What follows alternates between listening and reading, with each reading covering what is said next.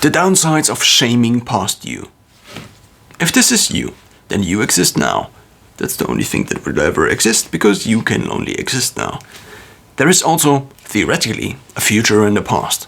So the future might be in this direction, and the past might be into this direction. So, provided now that you also existed in the past, at least based on your memory, and you might also still exist in the future based on what you think will be likely to happen, but of course you don't know, there will be more versions of you. You could say that every year, for example, there's a different version of you. You could also argue it's every month, every week, or every day. You could also argue every single second is actually something that there is a new version of you. Of course, you have to draw the line somewhere, because change from one second to the next is not that obvious.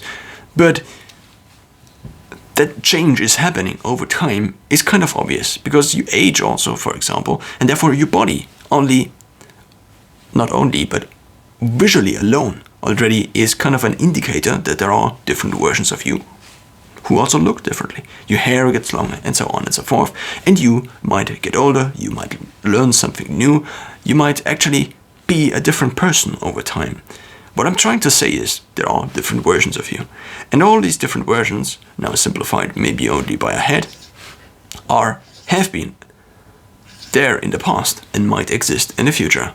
So now, a common theme I saw with myself, and as I saw it with myself, I also saw it sometimes with other people, is that we like to put ourselves kind of on a pedestal whenever trying to... So now, here's the thing.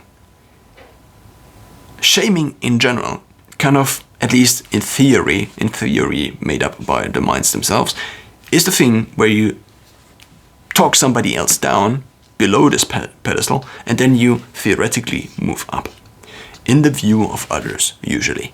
Maybe also within your own view. And this now here is mostly based on the own view, I would argue.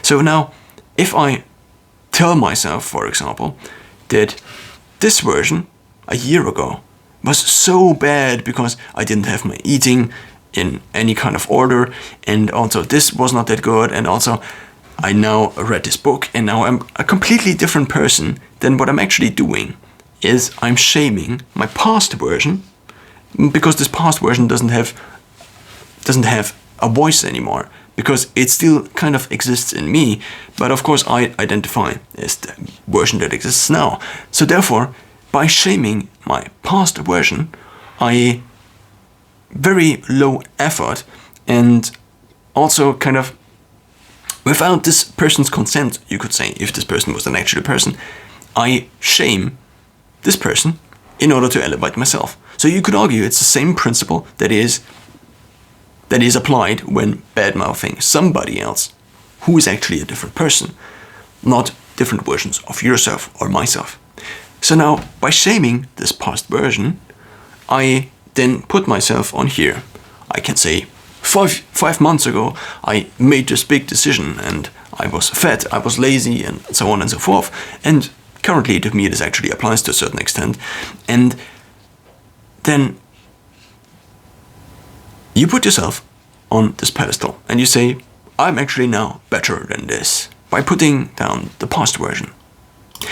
Here, I think, is now the problem. First of all, every person that has ever existed in your mind, or you existed, deserves also some respect.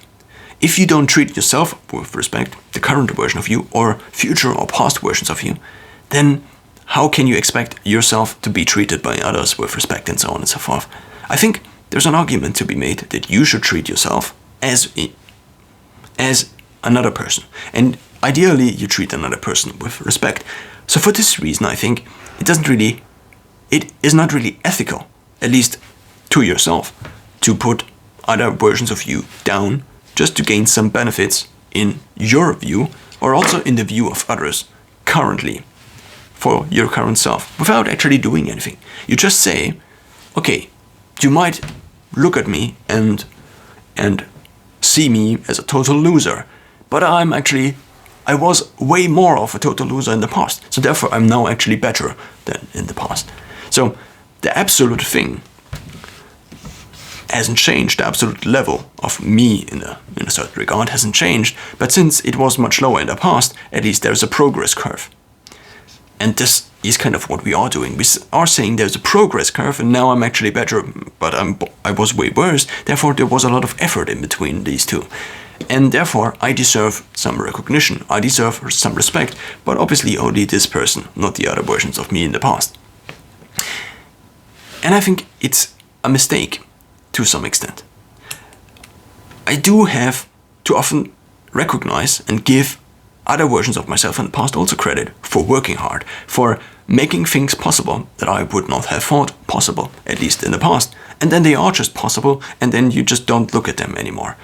But seeing that I am not the best version of myself now, and I probably also won't be in the future, that always the problems that are at hand seem to be the most difficult, and therefore the problems I cannot remember anymore in the past probably were also there in the past, and these past versions of myself struggled with these problems and had to find solutions for these problems, and therefore were also just working as hard as I might be working now, also deserve some recognition and some respect. That's the one part. There is also the second part that is happening. And the second part that is happening is what this might have for an effect on you, what the effect might be of this behavior.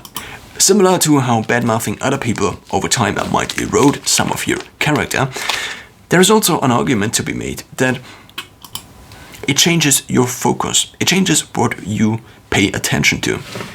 Again, if this is you, and now if you think and talk about these past versions of you that were so much worse, then you already kind of feel better because you now are better. Maybe absolutely better, maybe relatively better.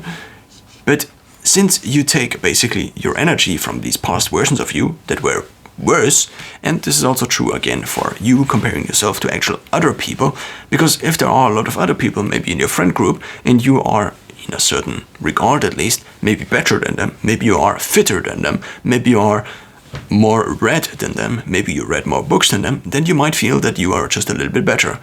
And if you are worse than them, you might feel that you are a little bit worse. The Instagram effect. The Instagram effect, you could say. So, of course this has an effect.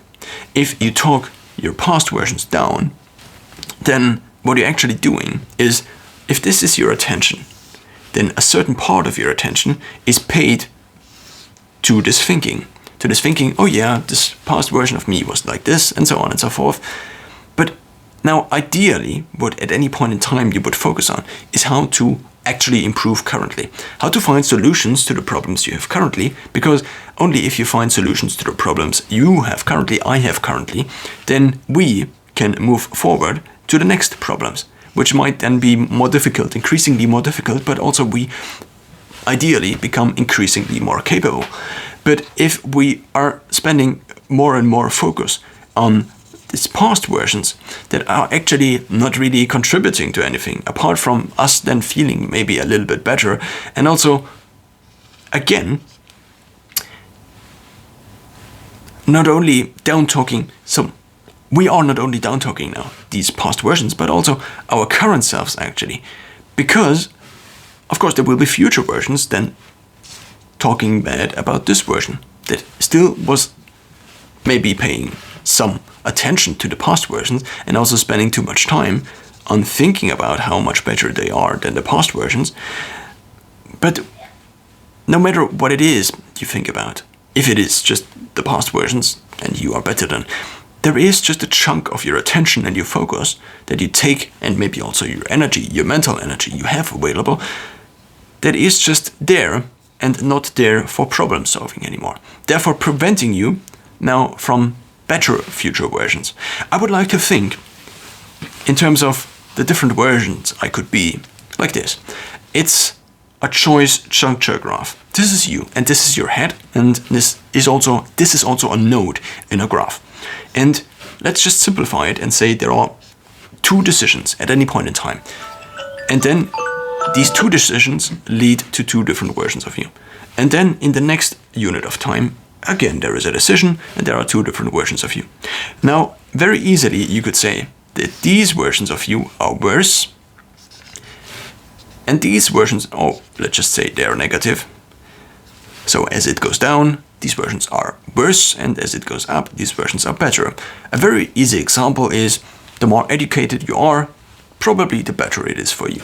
So therefore, now, you could argue that every good decision we make, if it is only 2 decisions, and the unit of time actually doesn't matter, it could be 1 second, it could be whatever time is needed for one single decision, but over time, these units of time accumulate, and we have more and more and more and more possibilities of different versions of us.